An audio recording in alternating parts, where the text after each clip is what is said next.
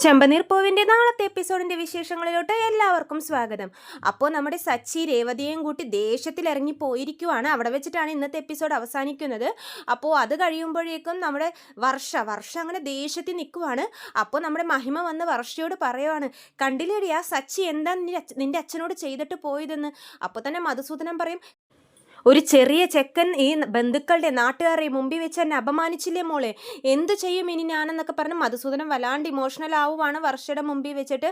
എന്നിട്ട് മഹിമ പോയി ചന്ദ്രയോട് പറയും, കണ്ടില്ലേ ഇങ്ങനെ ഒരുത്തൻ റൗഡിയുള്ളൊരു വീട്ടിൽ ഞങ്ങൾ എന്ത് വിശ്വാസത്തിൽ എൻ്റെ മോളെ പറഞ്ഞയക്കും, നിങ്ങൾ തന്നെ പറയാന്ന് പറയുമ്പോഴേക്ക് രവീന്ദ്രൻ പറയും, ഒരു ചെറിയ പ്രശ്നം, അത് നമ്മൾ തമ്മിൽ സംസാരിച്ച് തീർക്കാവുന്ന പ്രശ്നത്തിനെ വലുതാക്കിയത് നിങ്ങളുടെ ഭർത്താവ് തന്നെയാണെന്ന് രവീന്ദ്രൻ പറയുന്നുണ്ട്.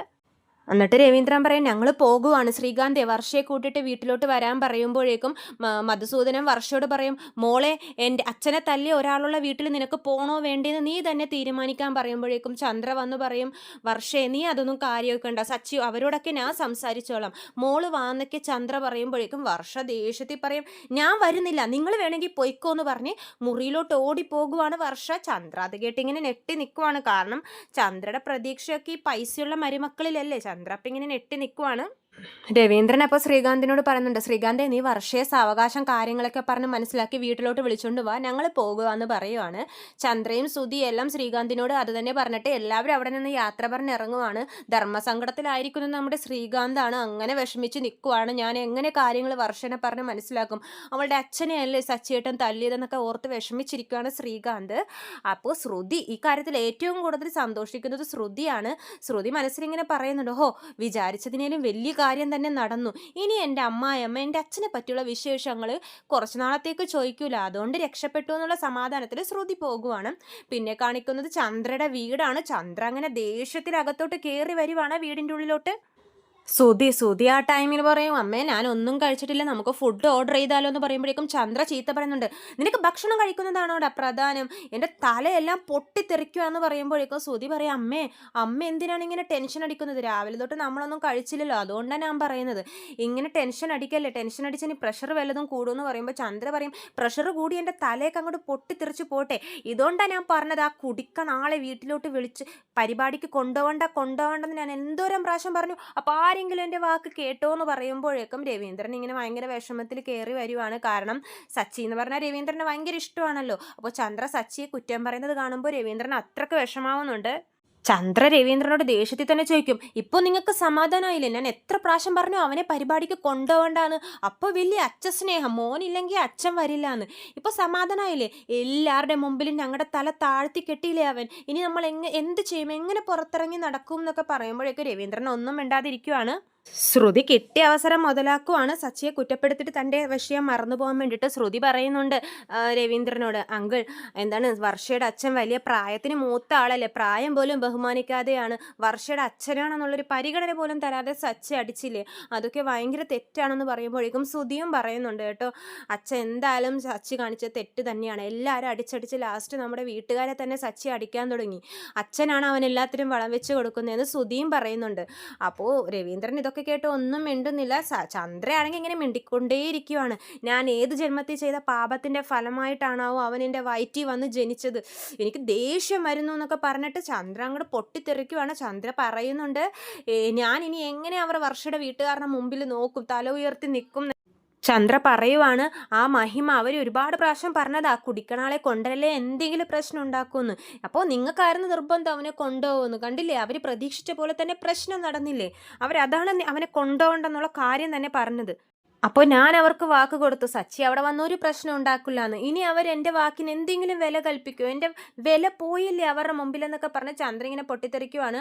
അപ്പോൾ നമ്മുടെ രവീന്ദ്രൻ ചോദിക്കുന്നുണ്ട്, ശ്രീകാന്തും വർഷയൊന്നും വന്നില്ലേ, അപ്പോൾ ശ്രുതി പറയും, ഇല്ലച്ച അവരുടെ വീട്ടിലോട്ട് പോയി, അതെന്താ ഞാൻ അവനോട് കാര്യം പറഞ്ഞ് മനസ്സിലാക്കി ഇങ്ങോട്ട് കൊണ്ടുവരാൻ പറഞ്ഞല്ലേ എന്ന് പറയുമ്പോഴേക്കും ചന്ദ്ര പറയുന്നുണ്ട്, അവരെങ്ങനെ വരാനേ ഈ വീട്ടിൽ, വർഷയുടെ അച്ഛനെയാണ് അവൻ അടിച്ചിരിക്കുന്നത്, സച്ചി അടിച്ചിരിക്കുന്നത്, അപ്പോൾ പിന്നെ ശ്രീകാന്ത് അവരുടെ വീട്ടിലല്ലേ നിൽക്കുള്ളൂ, ഇനി നമ്മുടെ മോൻ ഇങ്ങോട്ട് വരാനേ പോകുന്നു, കിട്ടുന്നില്ല, ഞാൻ എന്ത് ചെയ്യും, ഞാനിനി എൻ്റെ മോനെ കാണാൻ എന്ത് ചെയ്യും എന്നൊക്കെ പറഞ്ഞ് ചന്ദ്ര ഇങ്ങനെ പൊട്ടിത്തെറിക്കുവാണ്. അപ്പോൾ രവീന്ദ്ര ചോദിക്കുന്നുണ്ട്, നീ എന്തിനാ അതിനിങ്ങനെ കിടന്ന് ഒച്ച എടുക്കുന്നതെന്ന്, എന്തിനാ ചന്ദ്ര ഇങ്ങനെ കിടന്ന് ഒച്ച എടുക്കുന്നതെന്ന് പറയുമ്പോഴേക്കും പറയും, പിന്നെ ഒച്ചെടുക്കാതെ ആ രേവതി അവളാണ് സച്ചി ഇങ്ങനെ എരികേറ്റി വിടുന്നത്, സച്ചി ഇത്രയും ദേഷ്യപ്പെടാൻ കാരണം അവളാണ്, പിന്നെ ഇതിൻ്റെ എല്ലാം ഒറ്റ കാരണം നിങ്ങളുമാണ്, നിങ്ങൾ ഒരാൾ കാരണമാണ്, നിങ്ങൾ അന്ന് അവനോട് വരണ്ടാന്ന് പറഞ്ഞിരുന്നെങ്കിൽ അവൻ ഈ പരിപാടിക്ക് വരാതിരിക്കുമായിരുന്നു, പ്രശ്നങ്ങളും ഉണ്ടാകില്ലായിരുന്നു, നിങ്ങളാണ് എല്ലാത്തിനും കാരണം എന്ന് പറഞ്ഞ് രവീന്ദ്രനെയും ചീത്ത പറയുന്നുണ്ട് ചന്ദ്ര.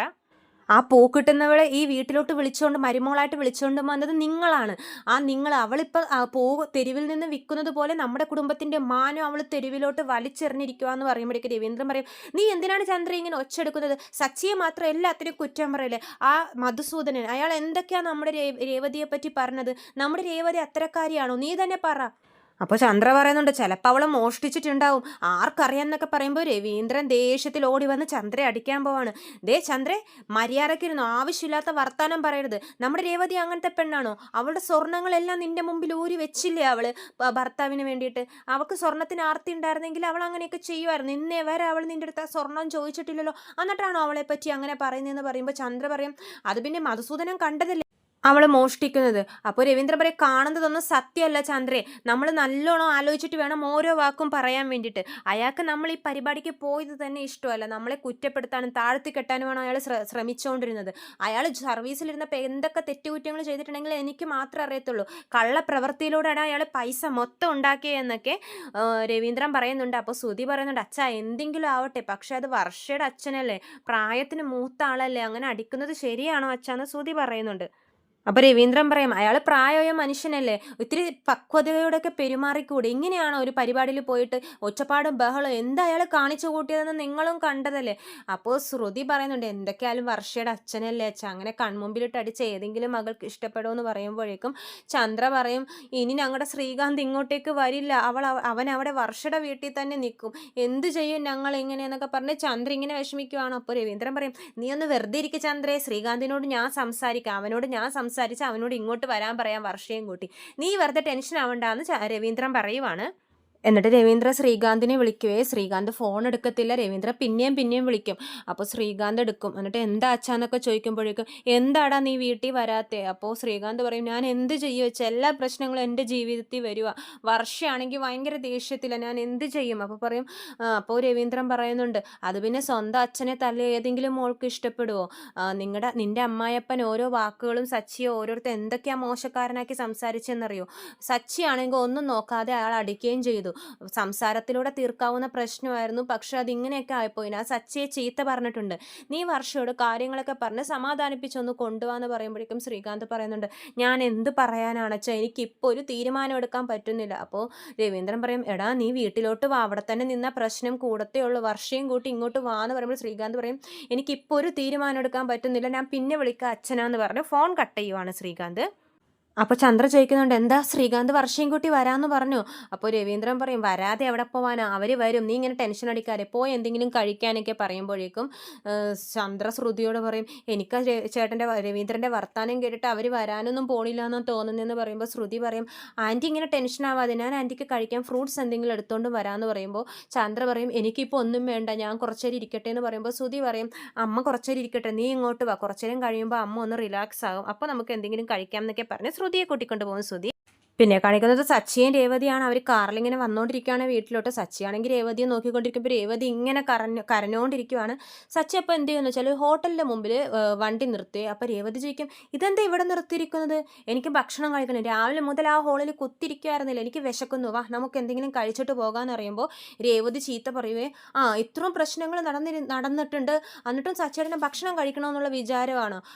ഭക്ഷണം കഴിക്കണം എനിക്ക്, കാരണം ഇനി വീട്ടിൽ പോയി എന്തൊക്കെ നടക്കുമെന്ന് ആർക്കൊക്കെ അറിയാം, അമ്മ വായെ തോന്നിയതൊക്കെ വിളിച്ചു പറയും, അതൊക്കെ കേൾക്കാൻ അല്പം ആരോഗ്യം വേണ്ടേ, വയറ് നിറച്ചിട്ട് നമുക്ക് കയറി ചെല്ലാം, ഏതായാലും വീട്ടിൽ പോയാൽ നമുക്കൊന്നും കിട്ടാനൊന്നും പോണില്ല ഭക്ഷണം, അപ്പോൾ നമുക്കിപ്പോൾ തന്നെ കഴിച്ചിട്ടും പോകാമെന്ന് പറയുമ്പോൾ രേവതി പറയുന്നുണ്ട്, സച്ചിയേട്ടനെ കുറച്ചും കൂടി ഒന്ന് സമാധാനത്തോടെ ഇരിക്കുകയായിരുന്നു, വാക്കും കൊണ്ട് സംസാരിച്ചാൽ മതിയായിരുന്നു, തല്ലിയതൊന്നും ശരിയായില്ല എന്ന് പറയുമ്പോൾ സച്ചിക്ക് ദേഷ്യം വരുന്നുണ്ട്, ഞാൻ നിനക്ക് വേണ്ടിയല്ലേ രേവതി ഇങ്ങനെ ചെയ്തത്. എന്നിട്ട് നീ എന്താ ഇപ്പം ഇങ്ങനെയൊക്കെ പറയുന്നതെന്ന് പറയുമ്പോൾ രേവതി പറയുന്നുണ്ട്, എനിക്ക് വേണ്ടി സംസാരിച്ചതിൽ സന്തോഷമുണ്ട്. പക്ഷേ വർഷയുടെ അച്ഛനല്ലേ എല്ലാവരുടെ മുമ്പിലോട്ട് തല്ലിയപ്പോൾ.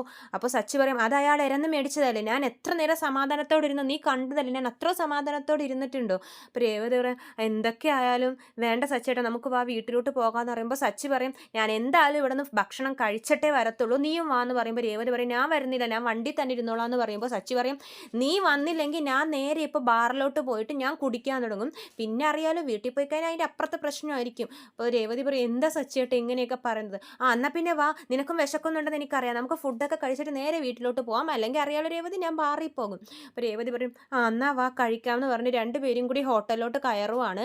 ചന്ദ്ര ചീത്ത പറയുന്നത് നന്നായിട്ട് അറിയാം. അപ്പോൾ അതിനുള്ള തയ്യാറെടുപ്പിലാണ് സച്ചിയും രേവതിയും. കൂടുതൽ വിശേഷങ്ങൾ ഇത്രയേ ഉള്ളൂ നാളത്തെ എപ്പിസോഡിൽ. അപ്പോൾ കൂടുതൽ വിശേഷങ്ങൾ ഞാൻ എൻ്റെ ചാനലിലൂടെ അപ്ലോഡ് ചെയ്യാം. ചാനൽ സബ്സ്ക്രൈബ് ചെയ്യാത്തവരുണ്ടെങ്കിൽ സബ്സ്ക്രൈബ് ചെയ്യണേ. എല്ലാവർക്കും നന്ദി.